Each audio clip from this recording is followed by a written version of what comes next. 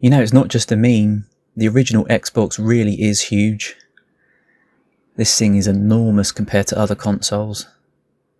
Although I think the chunky PlayStation 3 is about the same size as this Xbox. And just as a comparison, this is the GameCube next to the Xbox. And this GameCube has a Game Boy player screwed into the bottom of it as well, which makes it a little bit bigger. So I am going to try to do a video now.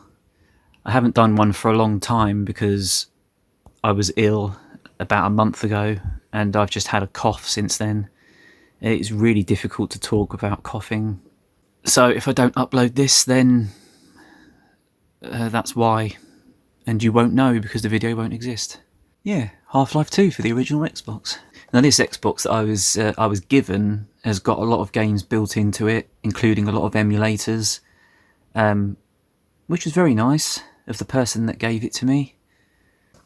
I did want to buy a couple of games, so I do have a few Xbox games, and this is definitely one of the ones that I wanted to buy just out of curiosity to see how well the Xbox would run Half-Life 2. Alright, so let's set it up and play some Half-Life 2. I found all my bits and pieces so I can plug it in and actually use the thing now. I think this is one of the smaller controllers. Yeah. Alright, so let's have a very quick look at the custom operating system that's on this, and then I'll put in my disc and play some Half-Life 2.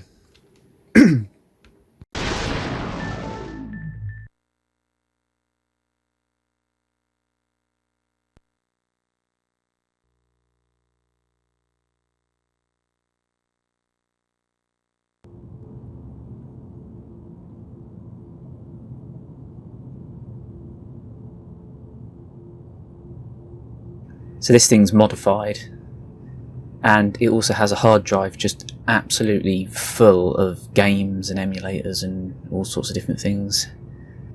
Thinking about it, this might have Half-Life 2 on there already.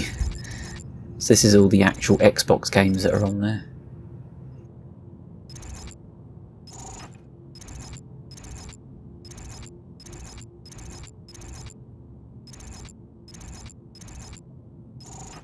Oh, there is Half-Life 2.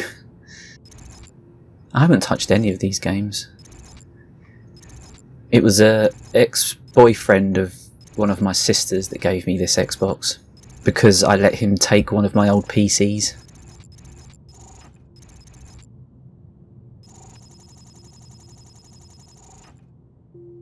I recorded just a little bit of a PlayStation 1 game using the PlayStation 1 emulator that is on here. Just to see, because I was curious. I mean, I don't really touch my Xbox very often, but I was just curious to see. And at the start, it's quite promising, even though the frame rate is a bit shaky.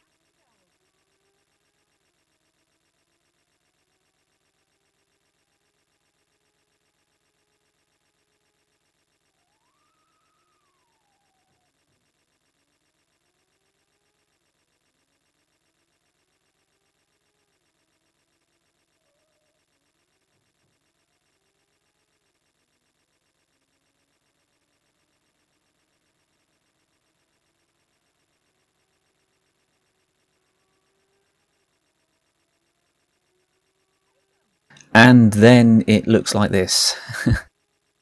I don't know, maybe Xbox, PlayStation emulators are in better shape now, but when this particular one was installed on this Xbox, then it wasn't very good.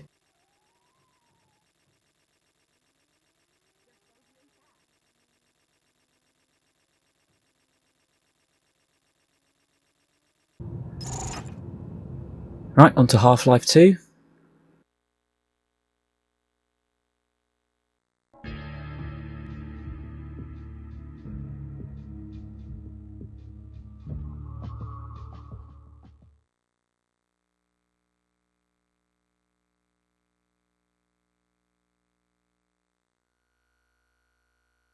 This game uses the Source engine, and well, I think it's Half-Life 2 was the first game that used the Source engine because I think they developed the engine and the game side by side. But it wasn't designed for the Xbox, so they had to port that over as they were doing this game. But I think this was just like the start of them wanting to make console ports. And so obviously the best option for them would be to port Half-Life 2. This probably wasn't that long before the Orange Box came out.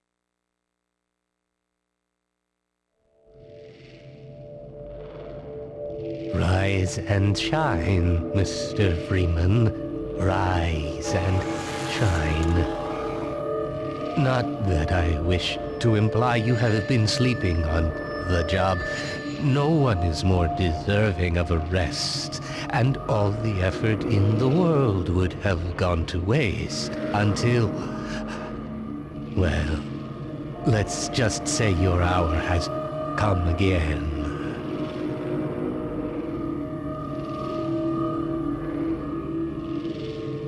The right man in the wrong place can make all the difference in the world. So wake up, Mr. Freeman. Wake up and smell the ashes. Yeah, this doesn't look that bad, does it? This might even look better than it did on some people's PCs back in 2004.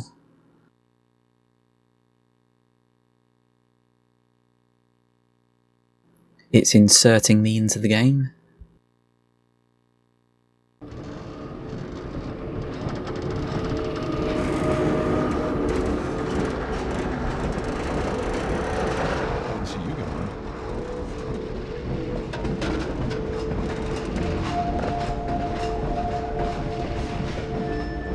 No matter how many times I've been relocated, I never get used to it.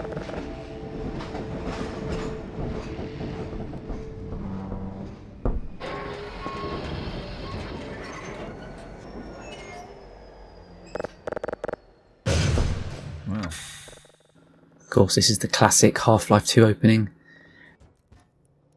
I don't think they cut anything out of this, actually. Obviously, the frame rate is going to suffer in places, and I think the quality of the textures is worse in this. But it's not actually that easy to notice.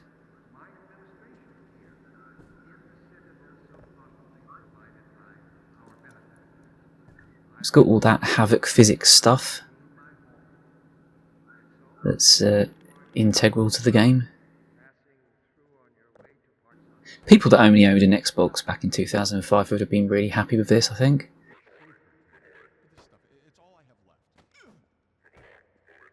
Alright, I'm moving.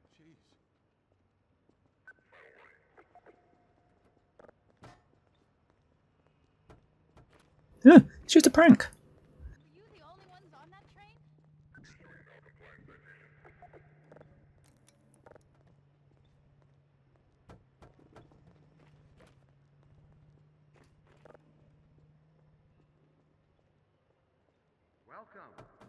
Welcome to City 17. You have our benefit. Oh, so much interaction. No more. You can throw objects at so many different people, it's amazing.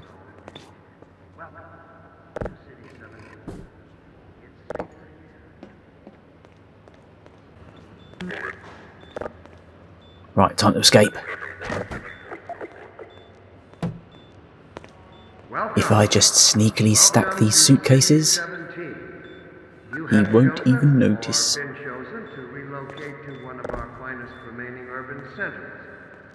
I thought so much of City 17 that I elected to establish my administration here in the citadel so thoughtfully provided by our benefactors.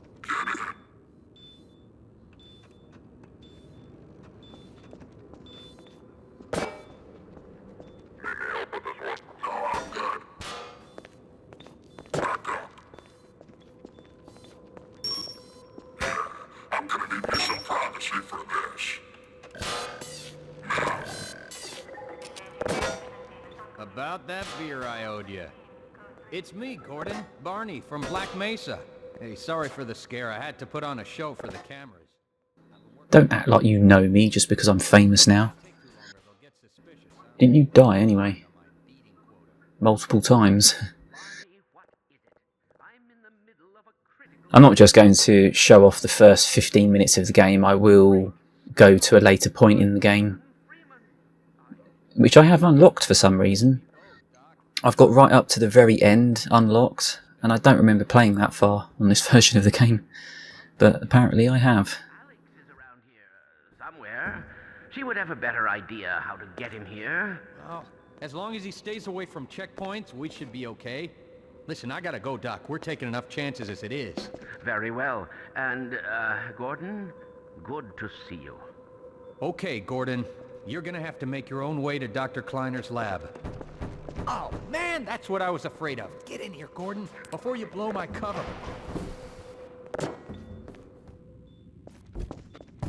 Pile up some stuff to get through that window and keep going. I'm sorry if till there's a you're in bit of a lack of commentary, but Meet up with you later. I just keep coughing.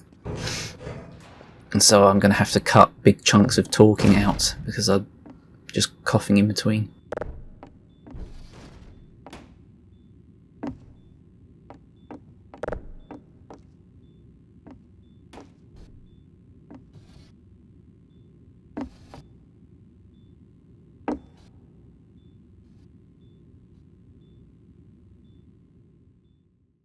It has been a long time since I last used my Xbox. I mean, I do have a GameCube and a PlayStation 2 and a Dreamcast, and I don't really play any of them anymore, really. Not even to do videos. I mean, I don't think I've ever done a video of a GameCube game. But out of the 4 consoles from that generation, I bought a PlayStation 2 first because I wanted to play... I mean, there was a lot of PlayStation 1 games that I wanted to play the sequels to, like Metal Gear Solid 2 and Gran Turismo 3 and Final Fantasy X. So that was an easy option for me to buy the PlayStation 2. And I actually bought that with my first ever wage packet at my first job, which didn't leave me any money to give my parents any rent money, but they let me do it, which I appreciate. That was like 2003, I think. I started my first job. 2002, 2003. And then I bought a GameCube because I always wanted to own a Nintendo console. That was the first Nintendo console that I owned, and they were very cheap actually. It was only about £70, and I got Luigi's Mansion with it. And I didn't particularly want Luigi's Mansion, but when I started playing it, I really liked that. But I didn't really get many games for my GameCube. I only ended up with about like 5 or 6 games, and I played Resident Evil 4 more than anything else. And I did actually get The Legend of Zelda Twilight Princess for the GameCube, which was like the last game released for it, I think. And to this day, I've never even played it. And then a little bit later, I got a Dreamcast. And I always wanted a Dreamcast, but I didn't actually get one until I saw one for sale in some like second-hand retro game shop. And I just decided to buy one because actually I really liked the Dreamcast. At the time, around 1999 or whatever, all of my friends bought Dreamcasts. I really did think it was like Sega's magnificent return to form after the Sega Saturn not selling very well. And I really didn't know that Sega was struggling to sell the Dreamcast because all of my friends had one, so I just thought it was doing really well.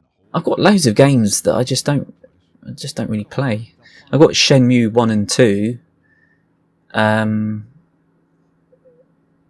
Oh yeah, I've got all sorts of games for the Dreamcast. Toy Commander, Resident Evil Code Veronica, Unreal Tournament. I've got that on the Dreamcast, and yeah, unless I'm doing a video, I don't really get these old consoles out anymore. And then this Xbox, it was given to me. So yeah, I do technically have all 4 of the consoles from that generation.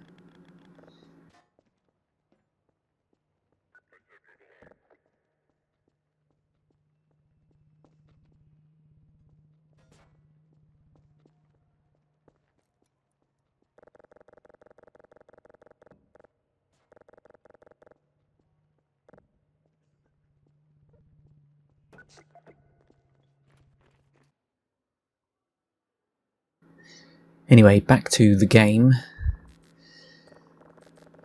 I always like to pick up this bike because you can get the Combine soldiers stuck if you put the bike in one of the doorways and they can't get past it.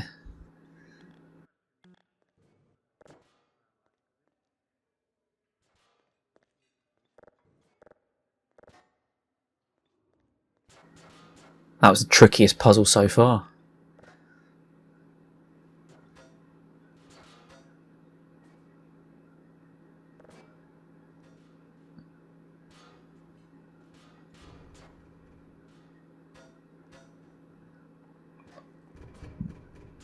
Oh yeah, here we go.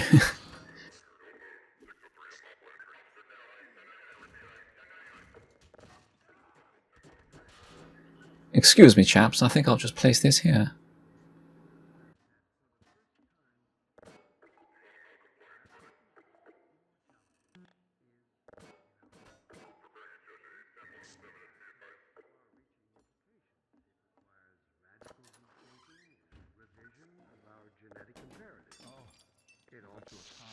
Why are you guys watching this crap? Is there nothing else on TV?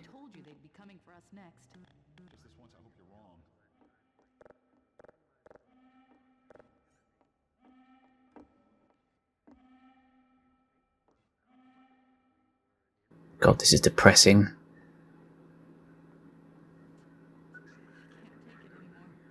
Look how these people live. You know, looking back on this now, you can't really interact that well with things. I mean, you can't even interact as much as you can with Duke Nukem 3D.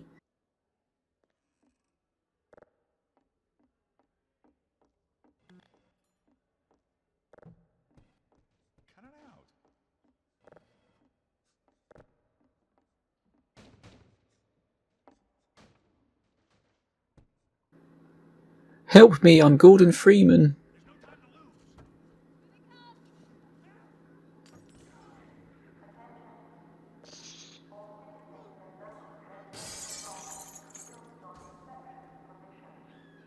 What the hell's he doing?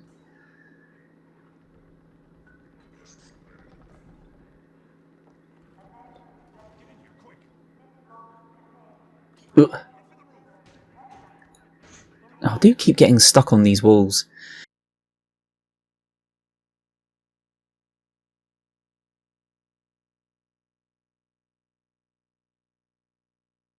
Something that doesn't always come across very well in videos is just how a game controls.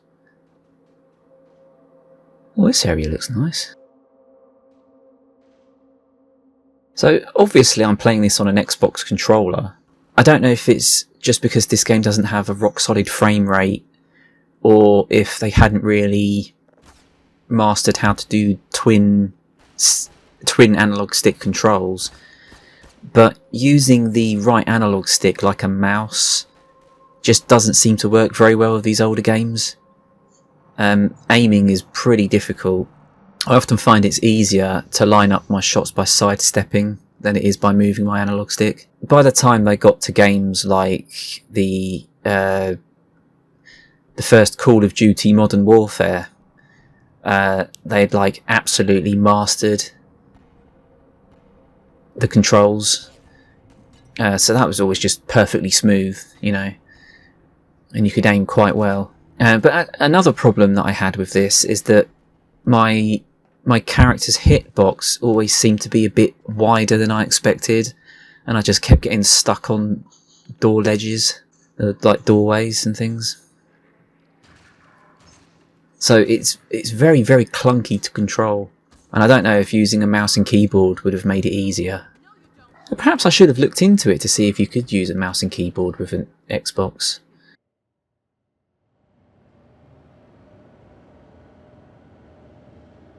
Dr. Freeman, I presume.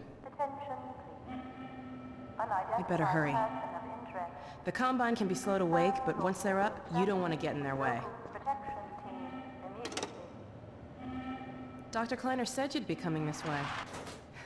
I don't think it occurred to him that you might not have a map.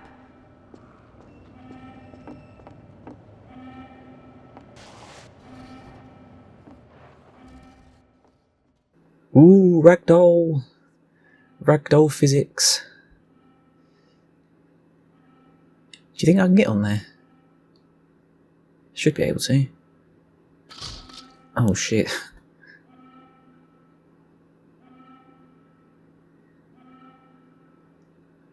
I wonder how long Alex is going to wait until she realises what's just happened. I think Highway 17 would be a good one to choose because that is one of the chapters with big open areas, isn't it? Is that the one with the big crane? I think that's the one with the big crane. Oh yeah, and because this is a lot later on, I actually have some weapons now. Hello, Dr. Freeman. The car's all ready for you. Hop in and I'll lower you down to the beach.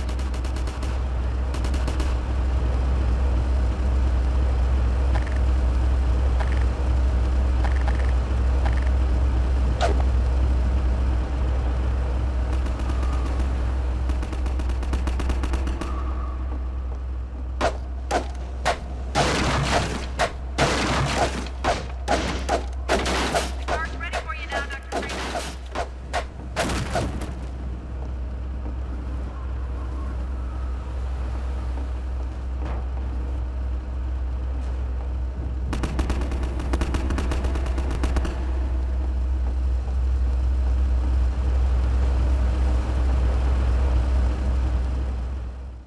On paper, the Xbox is an absolute mile ahead of the GameCube and the PlayStation 2 and the Dreamcast. But I do wonder if it would have been possible to put Half-Life 2 on the other consoles. And I don't think they could have just ported it over because obviously it's not going to have... I think the Xbox has got like a Windows-based operating system. It's like a cut-down version of Windows. So obviously porting source games over would be easier for this than other consoles. But if they had infinite amount of time, they rewrote the entire game from scratch as efficiently as they could. Do you think it would have worked on the Dreamcast? I know the Dreamcast had Half-Life 1, but I don't know how well it runs on the Dreamcast. I know someone is converting Grand Theft Auto 3 to the Dreamcast, but the Dreamcast is pretty close to the PlayStation 2. I think the PlayStation 2 is better, but Dreamcast is pretty close, actually. I mean, imagine that. Imagine Half-Life 2 on the GameCube. One of them tiny little mini DVD discs.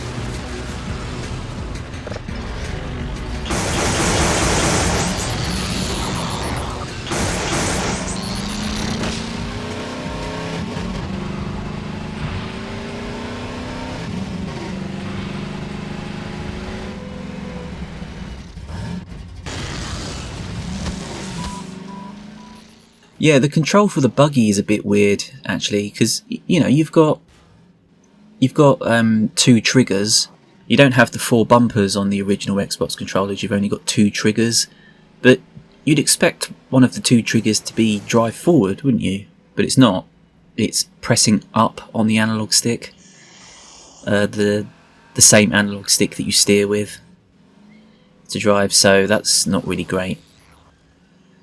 It does make it much harder to drive than it really should be.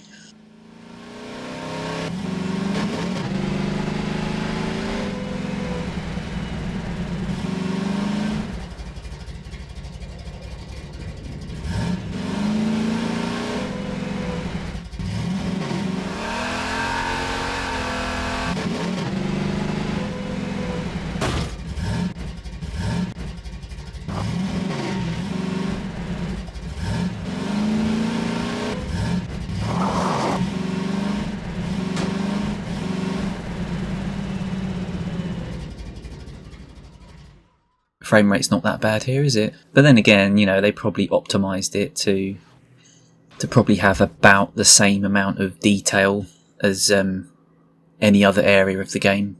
It's just spread out a little bit more.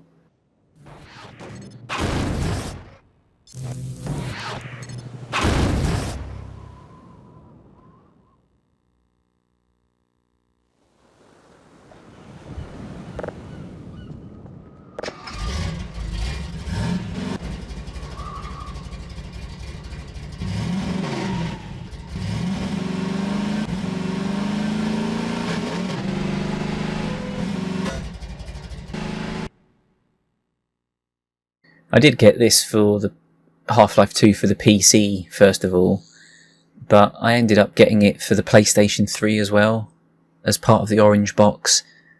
And I remember that actually had a fairly sloppy frame rate on the PlayStation 3.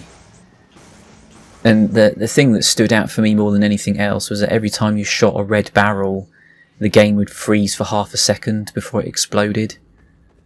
And it did that with literally every single barrel you shot. Or at least that's how I remember it anyway.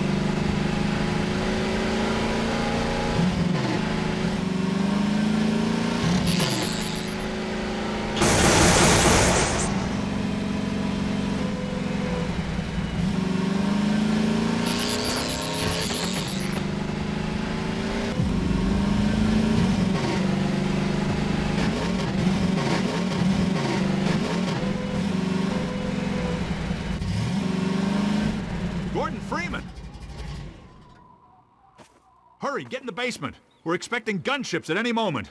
Colonel Cubbage will be glad to see you made it.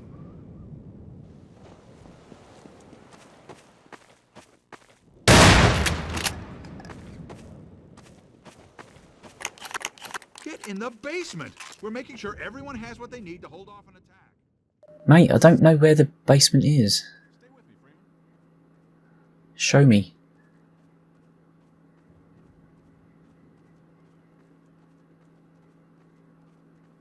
Where'd you get all these flammable barrels from anyway?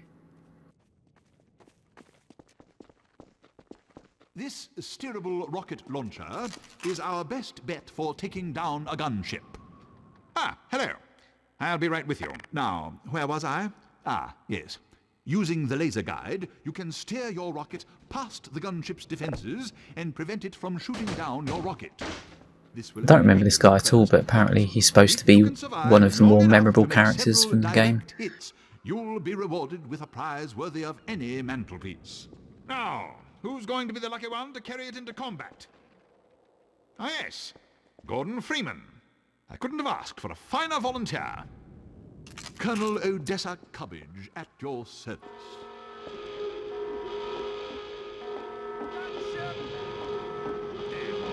Let me just send a warning to Lighthouse Point, and then I'll come right up.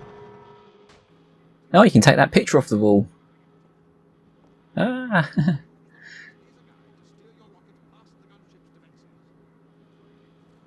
Excuse me, my good man. You don't mind if I take this photo with me, do you?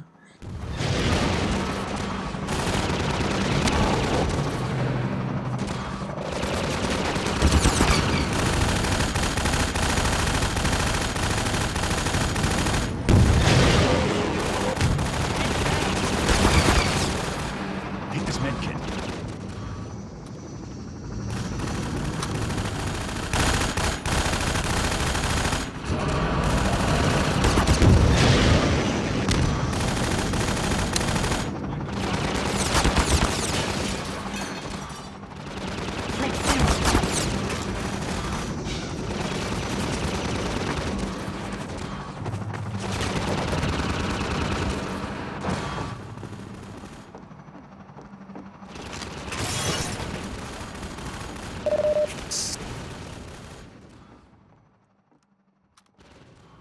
Mate, get out of the way.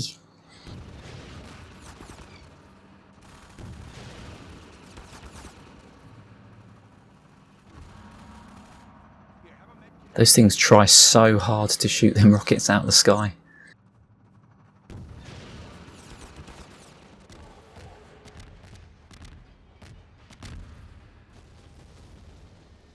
I think the destroyed ship was a separate object and it just took a second to load it in there.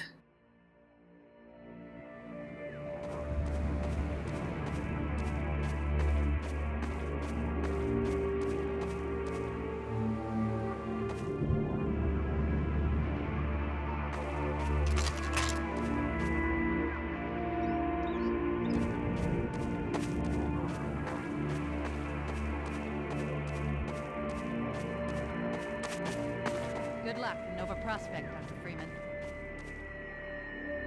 This was actually released in 2005, which is just before the Xbox 360 came out.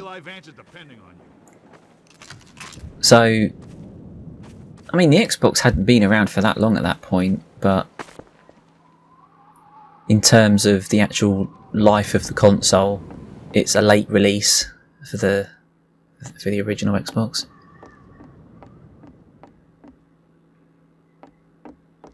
And Half-Life 2 wasn't all that old at this point, it was only about a year old. Warning. Vital signs critical. So I've skipped ahead. This is still Highway 17, but this is towards the end of the section where you're trying to get to a different crane so you can pick your buggy up and just carry it across so you can progress. And I must admit, it took me a few attempts. I did actually die a few times here.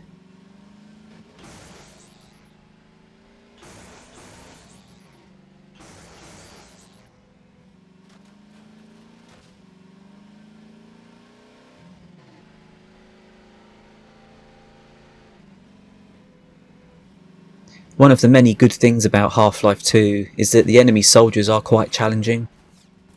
And I found myself dying quite a few times without really realising I was in danger. But you can see here that I've approached the area on only 55 health.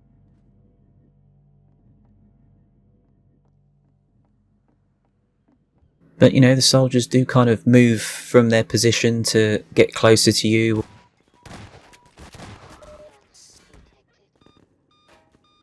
Warning. Vital signs critical.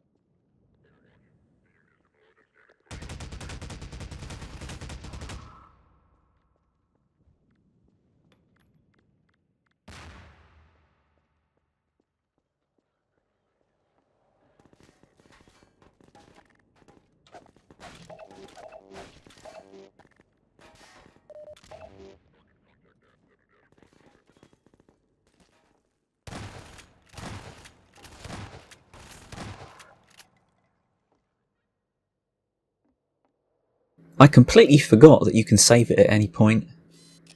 I was just using the auto-save checkpoints to reload the game, but you can save it at any point.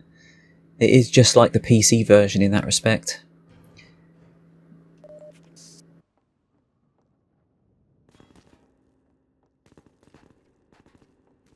And there's a tiny little man over there trying to shoot me.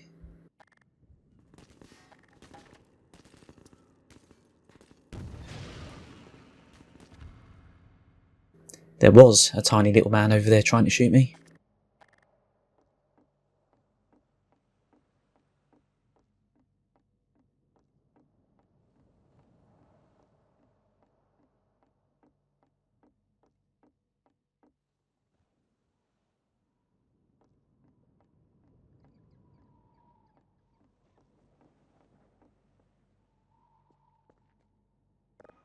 Yeah, this is a nice little area.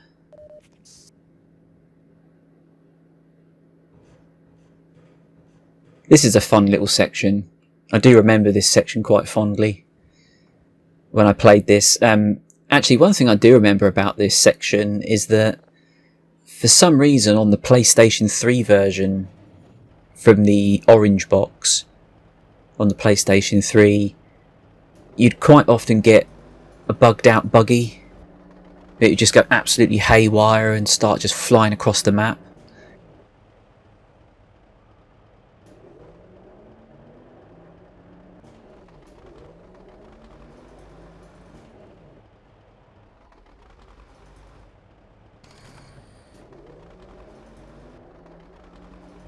You can see I haven't put the buggy close enough, have I? So unfortunately this area took me a little bit longer than it really should have done because I just had to get out and drive the buggy a bit closer.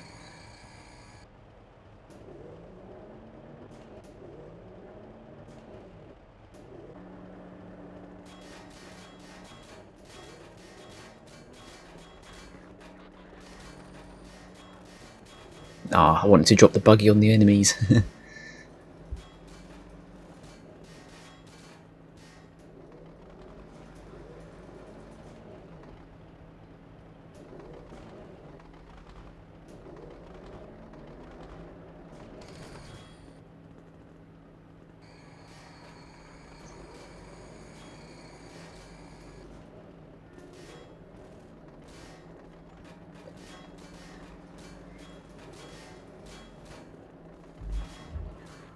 Oh, got one of them.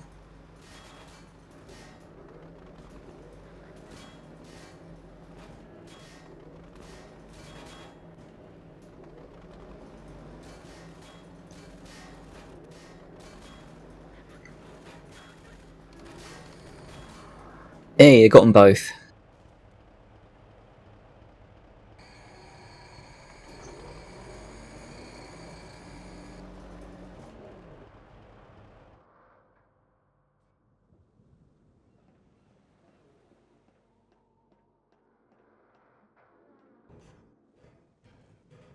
Now, I don't think I picked up that red shipping container, but for some reason now it's holding on to it.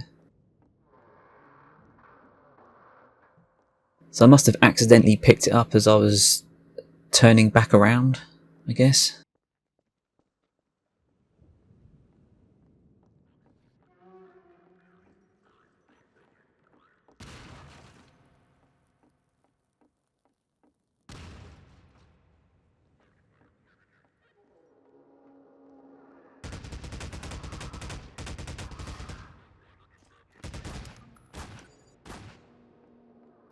This really is the full game, isn't it? They haven't really cut anything significant out of this game.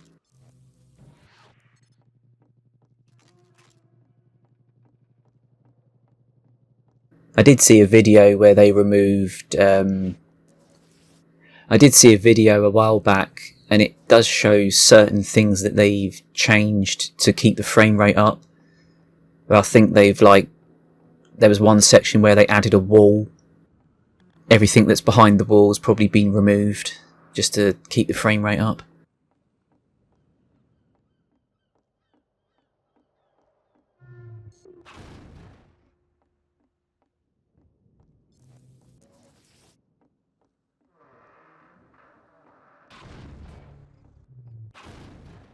But of course, this is missing episode 1 and episode 2. And all the other little bits and pieces that they made. You know, they made that Lost Coast DLC and Half-Life Deathmatch. Actually, was Counter-Strike Source available on the original Xbox? I don't think it was it?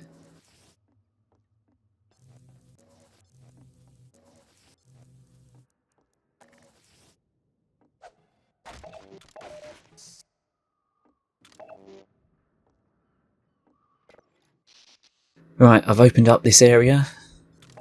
This little door here, I've opened it up so I can drive the buggy through.